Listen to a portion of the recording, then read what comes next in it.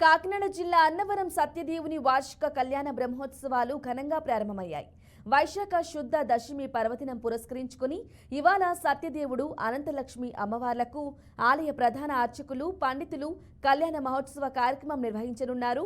శనివారం స్వామి అమ్మవార్లకు ఎదుర్కోలు ఉత్సవం జరిపించారు. ఈ కార్యక్రమంలో ఆలయ చైర్మన్ రోహిత్, ఈవో రామచంద్ర మోహన్తో పాటు పెద్ద సంఖ్యలో భక్తులు పాల్గొన్నారు. ఇవాళ రాత్రి 9 గంటలకు కొండపై వార్షిక కళ్యాణ మండపం వద్ద సత్యదేవుని దివ్య కళ్యాణం నిర్వహించనున్నారు. అందుకు అన్ని ఏర్పాట్లు పూర్తి చేసినట్లు దేవస్థానం నిర్వాహకులు తెలిపారు. బాబా